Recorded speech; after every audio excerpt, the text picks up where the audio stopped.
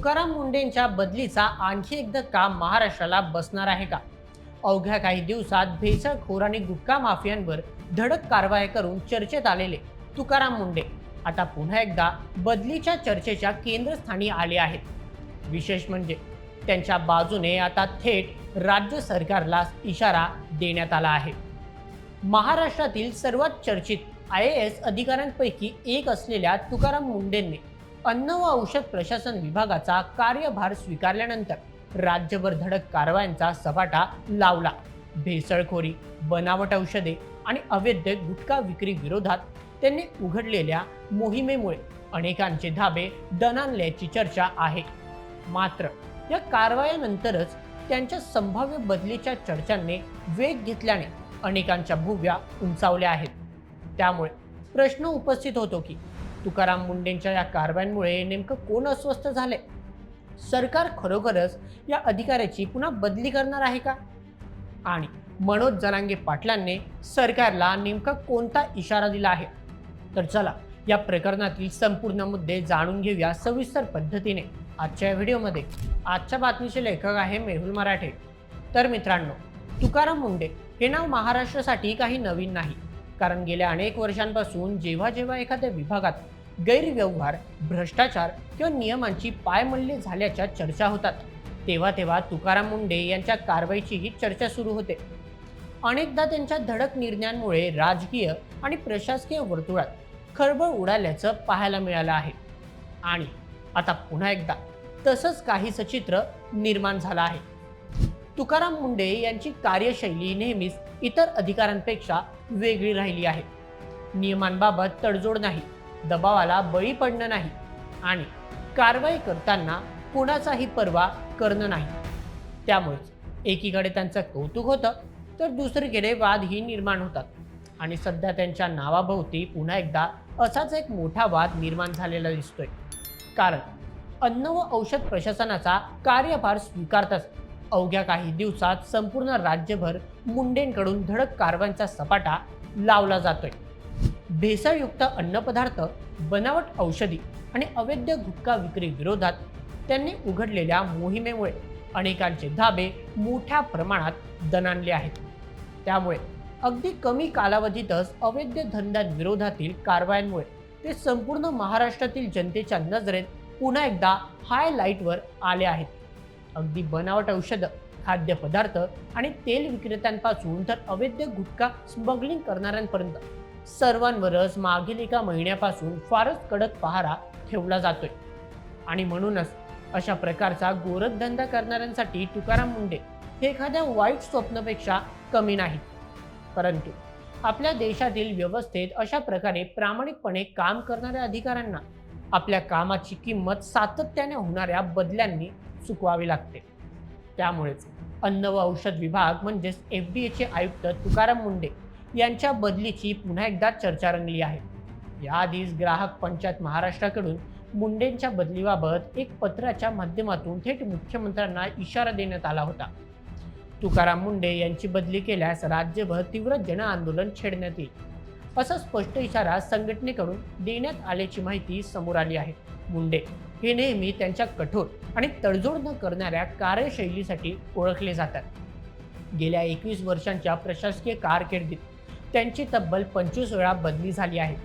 त्यामुळे त्यांची बदली हा महाराष्ट्रासाठी नवीन विषय नसला तरी यावेळी परिस्थिती वेगळी असल्याचं बोललं जाते.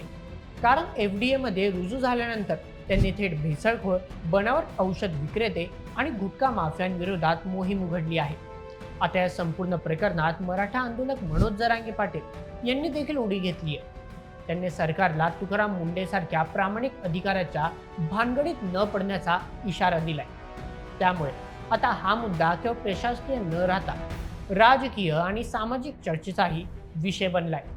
मित्रांनो, उपलब्ध असलेल्या माहितीनुसार तुकाराम मुंढे यांची गेल्या 21 वर्षाच्या प्रशासकीय कारकिर्दीत तब्बल 25 वेळा बदली झालेली आहे.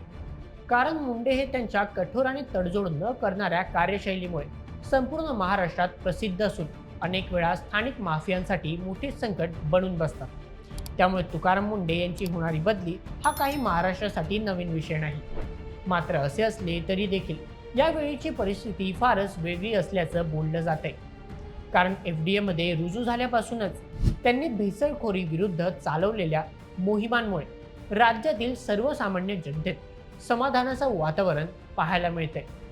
म्हणूनच तुकाराम मुंढे यांच्या बदलीची ही चर्चा जर खरोखर वास्तवात उतरली तर त्याचे परिणाम नेमके काय असू शकतात, चला ते देखील जाणून घेऊयात. गेल्या काही वर्षात महाराष्ट्रासह संपूर्ण देशात भेसळयुक्त अन्न पदार्थाचा विषय सातत्याने चर्चेत राहिला आहे. बनावट दूध, बनावट तूप, आर्टिफिशियल मसाले, तर कधी भेसळयुक्त मिठाई, त्याचप्रमाणे बनावट औषधांचे धक्कादायक प्रकार वेळोवेळी उघडीस येत राहिले. या सर्व प्रकारांमुळे फक्त ग्राहकांची आर्थिक फसवणूकच होत नाही, तर त्यासोबतच आरोग्याचा गंभीर प्रश्न देखील उपस्थित होतो.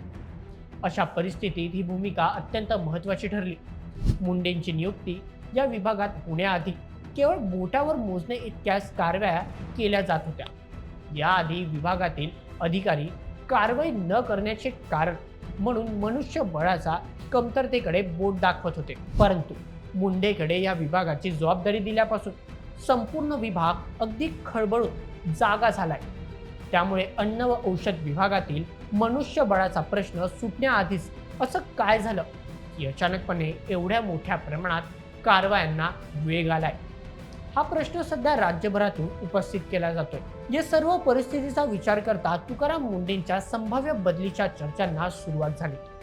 अजूनपर्यंत सरकारकडून कोणतीही अधिकृत भूमिका झालेली नसली तरी देखील या चर्चांनी इतका जोर धरला की ग्राहक संघटनांना या प्रकरणावर भूमिका घेत थेट मुख्यमंत्र्यांना पत्र पाठवावे लागले. परंतु या संपूर्ण प्रकरणाचा दुसरा पैलू देखील समजून घेणे तितकेच आवश्यक आहे. मित्रांनो, सरकार कोणत्याही अधिकाऱ्याची बदली विविध प्रशासकीय कारणांमुळे करू शकते. प्रत्येक बदलीमागे राजकीय दबाव असतोच असं नाही. अनेक वेळा विभागीय गरज, नवीन जबाबदारी किंवा प्रशासकीय फेरबदल यामुळे देखील बदल्या होतात.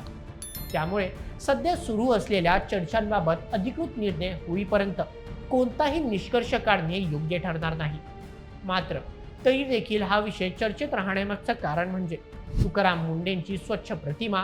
कारण त्यांच्या बाबतीत प्रत्येक बदली ही केवळ एका अधिकाऱ्याची बदली राहत नाही, तर ती प्रशासनातील प्रामाणिकपणा, राजकीय हस्तक्षेप, भ्रष्टाचाराविरोधातील लढाई आणि शासन व्यवस्थेतील जनतेचा विश्वास या सर्वांशी जोडलेली जाते. त्यामुळे आता पुढील काही दिवसात सरकार याबाबत नेमका कोणता निर्णय घेते हे पाहणे देखील तितकेच महत्त्वाचे ठरेल.